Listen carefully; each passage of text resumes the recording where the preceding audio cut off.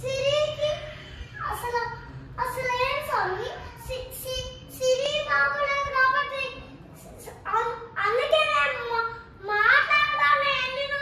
ఎన్ని రోజులు మాట్లాడాను స్వామి. నేను సిరి కప్పు తగిలితే నేను మాట్లాడగా ఇప్పుడు నేను సిరి తగ్గించాలి స్వామి. అయినా మీరు ఎందుకు ఎన్ని రోజులు చెప్పాలి స్వామి?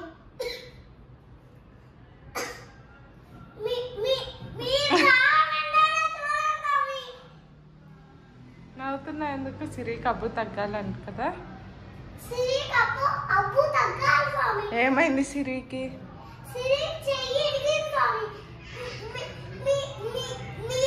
మీరు ఎప్పుడైనా అట్లానే తగ్గియాల్సింది తగ్గింది.